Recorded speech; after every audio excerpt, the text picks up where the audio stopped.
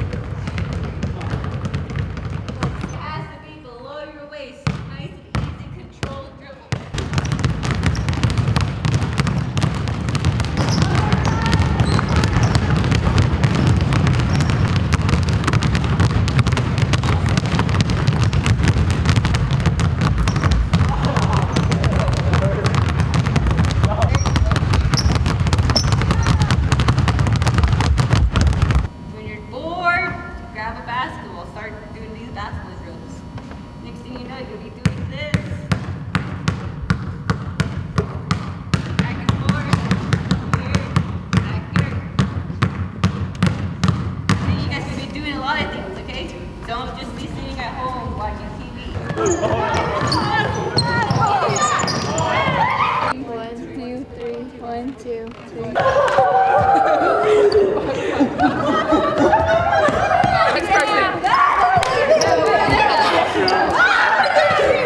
Now, if you don't eat right and if you don't take care of yourself, if you get diabetes and it gets out of control, they amputate your toes, right?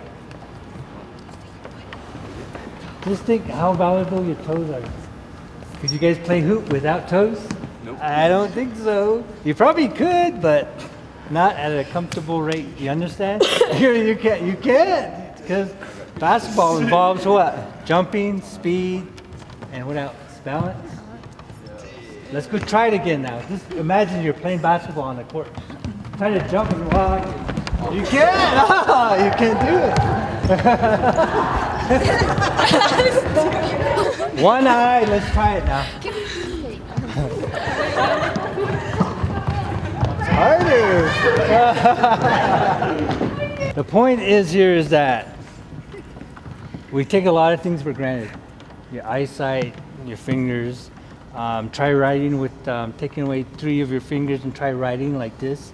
You could probably do it, but it's not comfortable, okay? A lot of kids are in wheelchairs. Have you seen them? They'll do anything for you guys, what you guys have right now.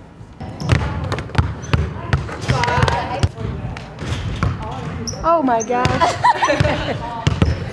Okay. Why does it go that way? It's not that way. Okay, ready?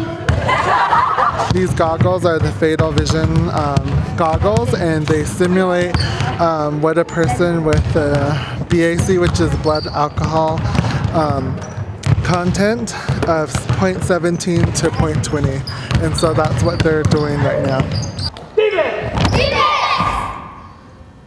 Butter.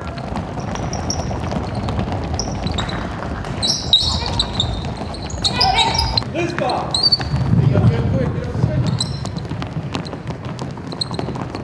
Charge. Rebound. Relax. Hold it lower. There you go. A lot of energy drinks out there. I just brought a few here. When they drink it, they feel hyper. Look at all these different kinds of vegetables. See how it says original? Yeah. So when you're buying food items, always read it and see what it is. So like I said, these are loaded with nutrients or vitamins that will take care of your body. It's making it. Here's all of the ingredients that we use. There's banana, the almond, and the strawberries. Yep, just like that. If you're gonna get it around, do it even more. Put even more spin at your waist. There you go. Every dribble is behind your back. Now cut it, go back another way. There's waiting for you to cross it over right in the front. And if they've already sold it from you twice, be conservative. Go back, cross over, go to the next one. Jump stop, keep your hand up, 2 dribbles, cross it over, put your other hand up, down and back. All right, go. One's gonna pick it up, turn it over, do all that. So if you're smart enough to see the double team coming and can back it up, that's one thing that college coaches look for in their point guards. So for those of you that want to play at that next level, it's about being a smart player. It's not always about being the most athletic player. Because everybody can play smart. I've seen athletic players that can run and jump and dunk, make mental mistakes, and that causes them to be just as equal as everybody else. Smash it again! Smash it again!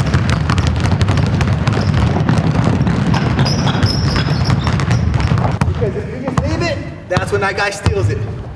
So pull that ball through. Plant, spin, pull that ball through. Plant, spin, pull that ball through. Pull it through and throw it in front of you. All right, go, down and back. I'm gonna set my man up. So I'm gonna drive him out here. As soon as he tries to close off that, that's when I spin and come back to the middle.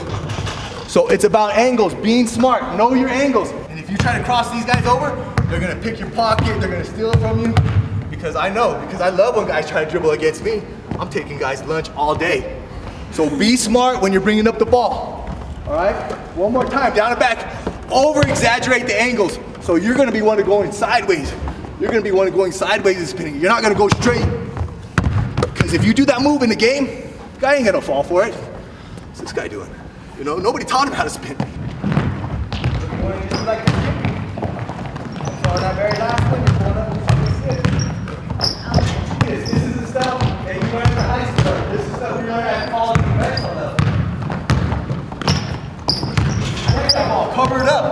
If there's somebody standing down there that's trying to take the charge that's not in front of you, they're going to grab that. So if I'm coming in right here, putting it up, letting it drop in there. The basic layup. Congested in there, guys everywhere. I'm coming in, planting, stepping through, and coming up with 2, and then I'm going up with a teardrop.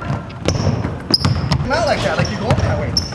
You're just stepping. So instead of stepping straight, you can't touch their ball, they can't touch yours.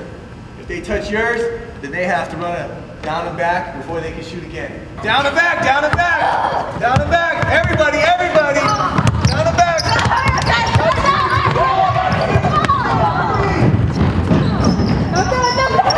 Go, go. In basketball, when people see people in the crowd, they get scared to talk on the court. They don't say one word in a game of basketball. They think it's a foul or a rule or something. You can't talk. You should be talking the whole game. If she makes it, you guys go to half court and back. If she misses, her team goes to half court and back. Half court and back.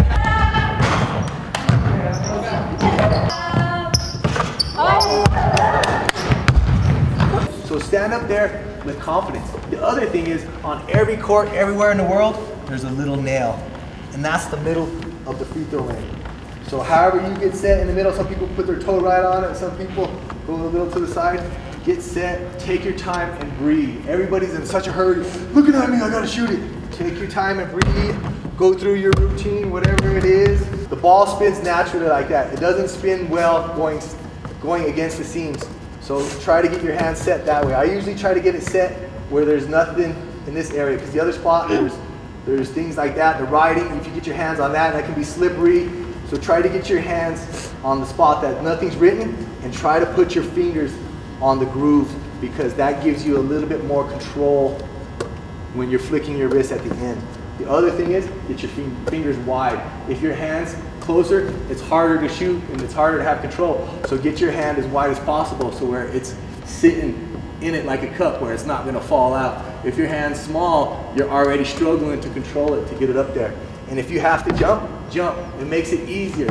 If you see other people shooting that don't have to jump, that's because they have the upper body strength. If you don't have that upper body strength, You're using your arms more than you should, and you're almost throwing it. So if you have to jump, then jump to make it a higher percentage. So let's go again. Let's get that same group. One group on the baseline, another group on the other baseline. Let's go free throws again. But take your time. If you've been running twice in a row, take your time at the free throw line. Sit there and breathe, relax.